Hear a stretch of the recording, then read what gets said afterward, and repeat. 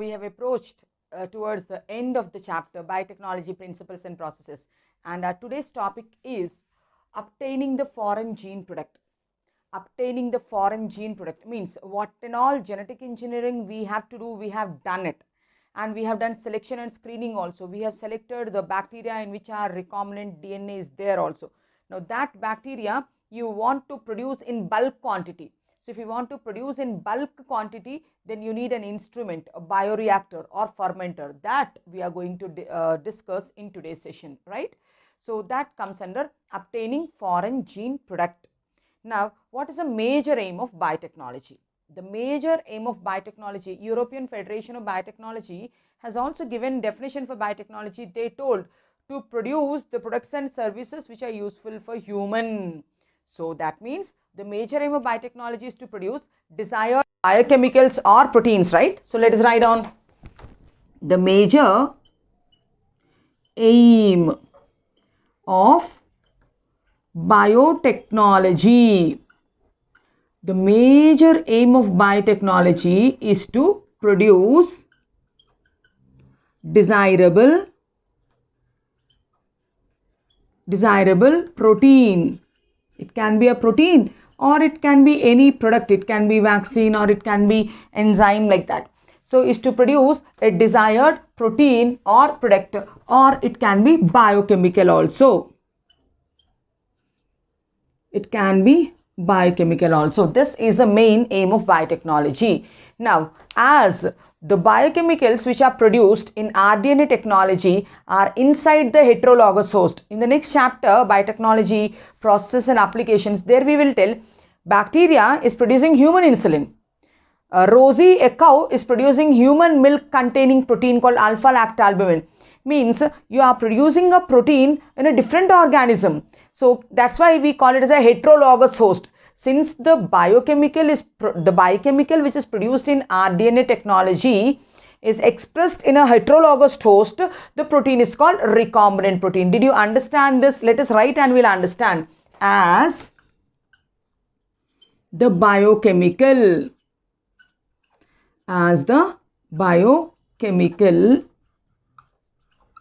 produced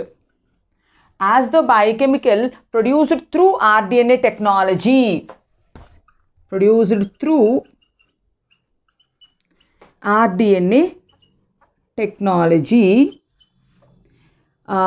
biochemical which are producing in rDNA technology is inside a heterologous host.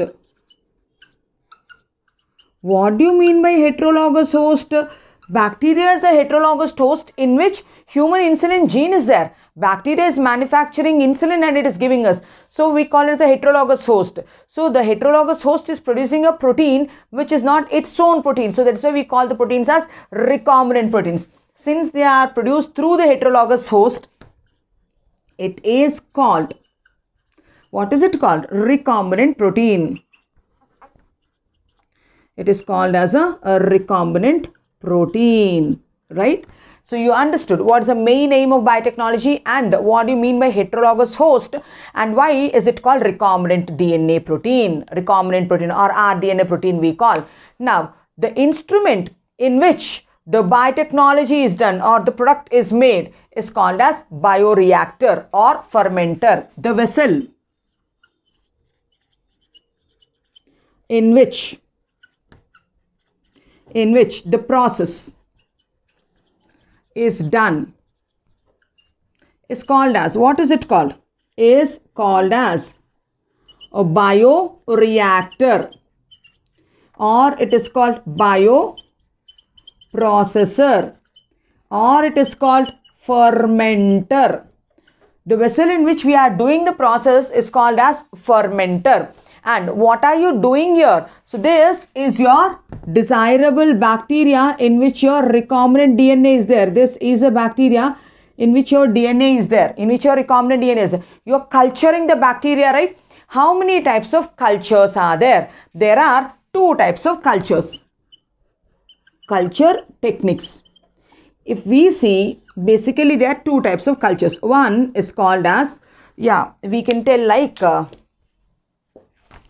lab scale laboratory scale culture, if the product is required in small scale, if the product is required in small scale, if it is for an education purpose, if it is for a knowledge purpose, then we can cultivate it in laboratory scale. If the product required in small scale and if it is for knowledge purpose, if it is for knowledge purpose or if it is for education purpose, then what we are doing, we can do it in a conical flask also.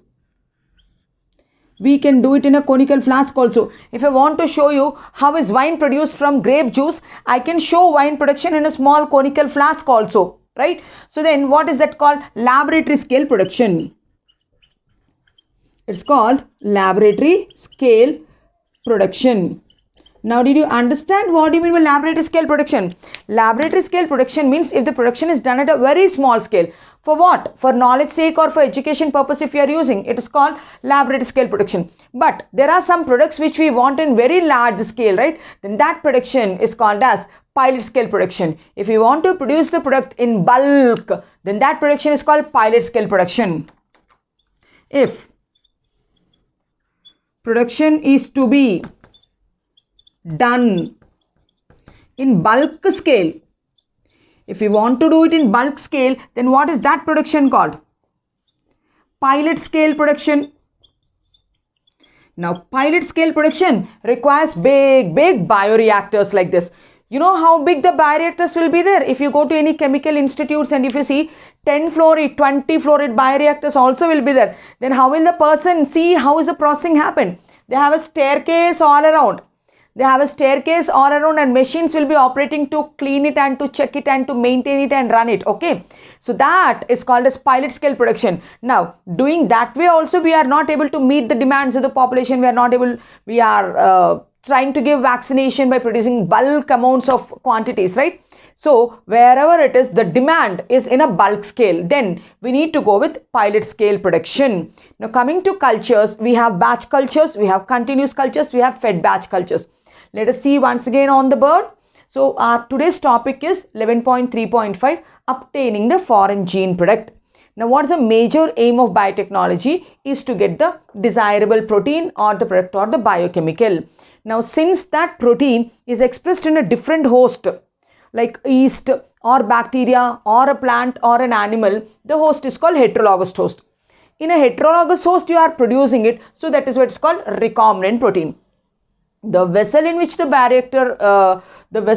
process is done is called as a bioreactor. Can also be called as a bioprocessor. Can also be called as a fermenter. Now, how much scale production you want? Small scale or bulk scale? If it is small scale, then it's called laboratory scale production. You can do it in conical flask. If it is in a bulk scale, it is called pilot scale production. Take a screenshot. Now, this pilot scale production can be of batch culture, it can be of fed batch culture, it can be of continuous culture also. That we will discuss now.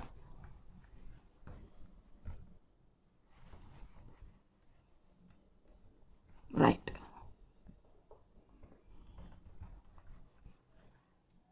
So, it can be of batch culture, or it can be continuous culture. Now, what is batch culture and what is continuous culture? Like for example, we went to college. From morning till evening, we attended all the classes, and evening, we'll come back to the home, we'll relax at home, and next day morning, excuse me, next day morning again we go to the class. So like that, batch culture means everything you'll add inside, and you will maintain it like that. So afterwards you'll not add any medium, you'll not add any oxygen and all those things. Once for all you will add. Bacteria will nicely grow eating all those contents. Here and then you agitate it, you mix the contents and all, you provide the optimal conditions for the bacteria to grow well, so that if the bacteria is growing, your DNA is also growing, your gene is also getting cloned. So at the end of the day, from the bottom, we'll open the lid here and we'll collect everything. We'll collect everything and we'll leave it for cleaning purpose, so that next day morning we can come and we can start a fresh batch. On the medicine bottles and all, if you see, it will be there, batch number so and so, batch number so and so, on so and so date. So that is called batch culture. So in batch culture, what are we doing? We are doing in different batches, right? Whereas in continuous culture, in batch culture, all nutrients are added at once. All nutrients are added at once, and at the end of the day, the product is harvested. The product is harvested and the container is left for cleaning and sterilization. The container is left for cleaning and sterilization, so that we can come and we can start a fresh batch tomorrow, right? So in batch culture, bacteria will be in the inactive stage, newly born stage. From there, when you're providing food and optimal conditions, they go to their active stage, physiologically active stage, exponential stage called log stage. And after that, they consume all the nutrients. At one point of time, there's an exhaustion of nutrients. Then their growth reaches saturates, right? Their growth also saturates because of the exhaustion of the nutrients. Then they reach a phase called stationary phase. They reach a phase called stationary phase. In this stationary phase, you will harvest it from the bottom. This is about batch culture. Now coming to continuous culture, it is not like that. In continuous culture, we will not allow the bacteria to starve. We will not allow the bacteria to go out of log phase. We will try to keep the bacteria always in the physiological active stage called log stage. How can you do that? By continuously providing the nutrients from one end and removing the waste products from the another end. Continuously provide the nutrients from the one end and remove the waste products from the another end, and you are not giving a gap for it, because the demand is so that you need to produce too much amount of quantity. Then we go with continuous culture. In continuous culture, what do? Bacteria are kept in log stage. What do you mean by log stage? Physiologically active stage. Bacteria are kept in physiologically active phase. We will keep it. How can you keep bacteria in physiologically active phase? By continuously supplying the nutrients. By continuously supplying the nutrients. When we continuously supply the nutrients, this is a bioreactor, right? From this end, we are adding the nutrients, and from this end, we are draining the products. From this end, there is a continuous supply of nutrients, and from this end, there is a removal of waste products. So the bacteria will nicely eat, they will grow, and they'll be producing the product in bulk amounts. So that is called continuous culture. Hope you understood the difference between batch culture and continuous culture. In batch culture, everything is added at a batch. The bacteria will, from lag stage, it will go on to log stage, physiologically active stage. From there, after it starts consuming at one point of time, when the nutrients gets exhausted, when its growth rate saturates, then at the end of the day, we will collect everything from the bottom, and then we'll vacate the container, we'll leave it for cleaning and sterilization. Next day we come, take the container back and start a fresh batch. That's called batch culture. Whereas in continuous culture, you are not allowing the bacteria to move from log phase to stationary phase. We are trying to keep the bacteria in active stage, physiologically active stage. When they'll be active? When you provide nutrients. Yeah, do that. Continuously provide nutrients and continuously remove the waste products. This is the thing. And an intermediate one is also there, which is called fed batch culture. Fed batch culture. What is fed batch culture means? It is intermediate between batch and continuous culture. Fed batch culture means it is intermediate between batch and continuous culture.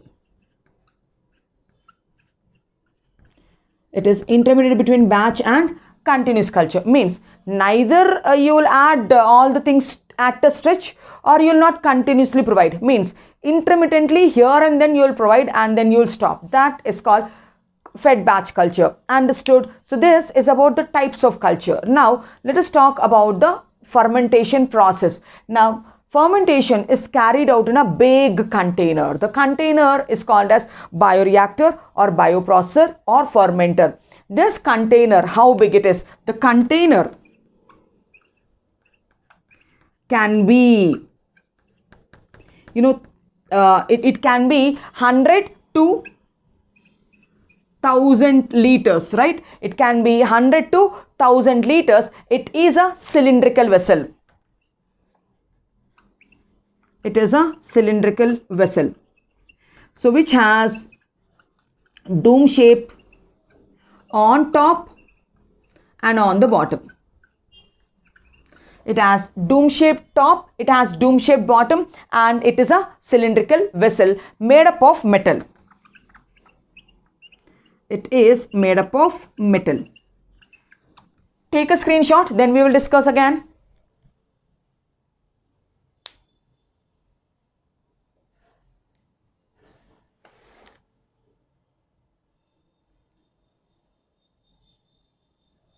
Right. Now in this vessel, what is this? I wrote it is a simple stirred tank bioreactor. It is a cylindrical vessel. It has a lid on the top. Now the lid has many openings. The dome shaped curved lid has many openings. Okay, so one opening is to add the medium. So there's one opening to add nutrients. So what nutrients usually we add is broth. Means you are growing, liquid solution is called as broth, solid solution is called agar. So peptone, beef and all we take. So for nutrient addition there is a inlet. Okay, and there is a rod here which is called as impeller rod, and this impeller rod has blades. These blades are called flat impeller blades, like the mixie blades. Mixie blades will be curved. So here these are called flat impeller blades. There is a rod which is called impeller. On the impeller rod there are blades. These blades are called flat impeller blades, and we need to rotate it. What is this? This impeller, it helps in agitation. Means it helps in mixing the contents. Impeller helps in mixing the contents. So if you have to mix the impeller for such a big container, there is a motor here. The impeller works with the help of a motor. This is motorized rod. Then to check the time duration and all, you have a timer here. Or to check the speed, we have a timer here, right? So speed checking meter will be here. It's not timer, I think it is speed meter. So this is one opening where we keep the impeller rod. This is opening for adding the nutrients, and there will be one opening. So in this opening we'll keep a pH pen. What is this called? This is called pH meter. There's an opening through which we keep a pH meter. So it will be like a pen type of device. When we dip it, so we can see what is the prevailing pH inside. The bacteria are very sensitive to the pH. You have to maintain the pH. To check the pH, you have a pH probe, pH meter. So for that, you have an inlet. And suppose the pH should be maintained neutral. If the pH is increasing, then you have to make it neutral. Then you'll add acid. If the pH is decreasing, then you'll to maintain it, you'll add base. So the pH meter will help in checking the pH. It helps in checking the pH. Now, in order to maintain the pH exactly at that, so we have one more opening here. So in this opening, we have acid and base. We have acid and base reservoir, we will tell. Yeah, here they have given acid base for pH control. First, you will keep a pH meter. a pH knob will be there which checks the pH. Now depending upon that, if the pH is showing any fluctuations, now we need to know whether to add acid, base. We will open it. For that there is one more opening, and again there is one more opening here. So for thermometer,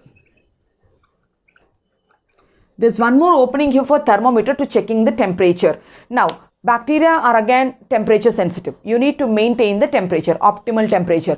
Now the thermometer will help us in, thermoprobe will help us in sensing the temperature. If the temperature increases, so this is a bilayered jacket.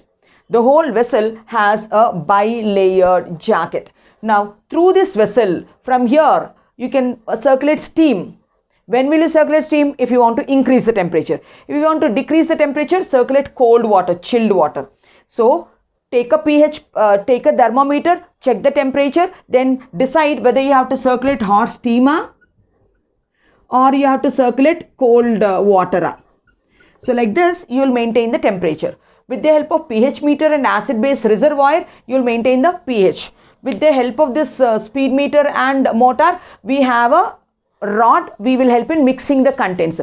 Bacteria mixes with the food inside and all, right? And from the bottom, sterile air, contamination free air is pumped inside. From the bottom, air is pumped inside. Bacteria should get proper aeration.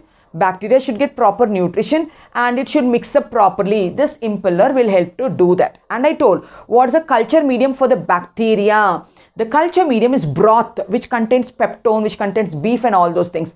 Now, if more protein is there and if you are mixing it like this, what happens? Foam gets generated. When the foam gets generated, that foam has a tendency to escape to the top. When it is escaping to the top, here on the lid, you have many openings, right? pH opening is there, thermometer opening is there, acid base opening is there, nutrient opening is there. So since these many openings are there, so when the foam goes on to the top and hits, so when it breaks there, then the contaminated air will come inside. So foam is creating a problem in stirred tank bioreactor. Stirrer means this one. If you stir it thinking that you have to mix the contents, foam gets generated. Why is the foam getting generated? Because in the culture broth you have taken beef, right? Protein and all. So because of that, the foam gets generated, and that foam escapes to the top, goes to that openings, brings the dirty air inside, contaminates the process. So that reason, so we need to control the foam then. That is why they have kept a foam breaking blades. These are foam breaking blades. So they will try to break the foam to little extent. Till this extent they can break. But if the foam is here and here, they cannot break, right? So then again, you have an opening. Through this opening, we can add anti-foaming agent. So if foam breakers can control foam to little extent only. So then you have anti-foaming agent also. Through that we can add, and we can, pacify the foam also. Understood? So like that, you will be checking everything inside. Temperature is monitored, pH is monitored, aeration is controlled, foam is controlled. All these things when you do, bacteria will nicely survive, will eat the nutrients which are present there, and they will multiply in every 20 minutes, and your DNA also gets amplified. If it is a batch culture, then at the end of the day, when the nutrients gets exhausted, when the bacteria reaches the stationary phase, then from the bottom we will open this, we will collect the extract, and then we will go for filtration, which comes under downstream processing. Understood, children? So we are talking about a bioreactor. First we are talking about a simple stirred tank bioreactor. This is a diagram of a simple tank bioreactor. It's a metal cylinder having dome-shaped opening on the top and dome-shaped at the bottom also. It is such a big container, like 100 to 1000 liters of sample can be stored at a time. For rotating, you have an impeller rod, you have impeller blades and motor, and the speed checking meter is there. For temperature control, thermometer is there. For controlling that heat and the cold, through the jacket we will circulate steam or we will circulate the cold air. For checking the pH, we have pH meter, we will add acid and base. To control the foam, we have foam breakers also, we have anti-foaming agent also. This we will nicely culture the bacteria. End of the day, we will collect everything from the bottom, right? And then this is such a big container, you can get the product in large scale. There's one more bioreactor which is called Sparger bioreactor. Now in Sparger bioreactor, how they have designed, it is not cylindrical. The Sparger bioreactor will be flat. So what is the other bioreactor? The other bioreactor is flat, I am telling. It's like this. It is a flat bioreactor. It has impeller rod, but it doesn't have those many blades. It has only just one pair of blades. It has just only one pair of blades. Okay. Now for occasional mixing. So mortar is also not required on the top. At the bottom, this is the outlet drain pipe. At the bottom, so what we will do here is, we will keep a plate which is having tiny nozzles, tiny holes on it. Now a plate which is having tiny holes is called as Sparger, and these are the tiny holes. Now when you pump the sterile air, with high pressure from the bottom, this air as it passes through these nozzles, through tiny nozzles, if it is increasing, the air is broken into small bubbles. Now these bubbles, a smaller one will have a greater surface area, we will tell. Now these bubbles, since it is air, it has a tendency to escape to the top. So the air bubbles passing through these tiny spargers, tiny holes, it will come to the top. Now when it comes to the top, what is there on the top? Medium is there, bacteria is there on the top. Now if this goes up, then the upper ones should come down. So the food and all, the nutrients which are here will move down. Means here, the Sparger itself is acting as a mixing device. So it is pumping the air, it is pushing the air with high speed through the tiny holes. When you are pushing, then the air fastly goes up. When the air goes up, the food which is on the top comes down. Again air goes up, food comes down. So this is a mixing which is done by the Sparger itself. So then you don't need impeller and impeller blades and motor and all those things. Then I think foam also will not be a problem here. Too much of foam will not also be generated here. So everything is perfectly maintained. And what is this called? This is called Sparger stirred tank bioreactor.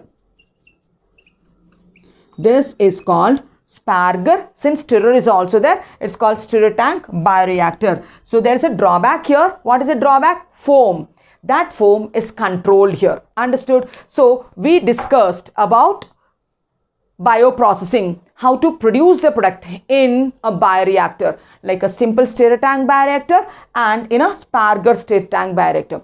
In the next session, we will talk about how to purify the product from the bottom. So that comes under downstream processing. How to purify the product, that we will see it in our next class, which comes under downstream processing, which is the last topic of this chapter.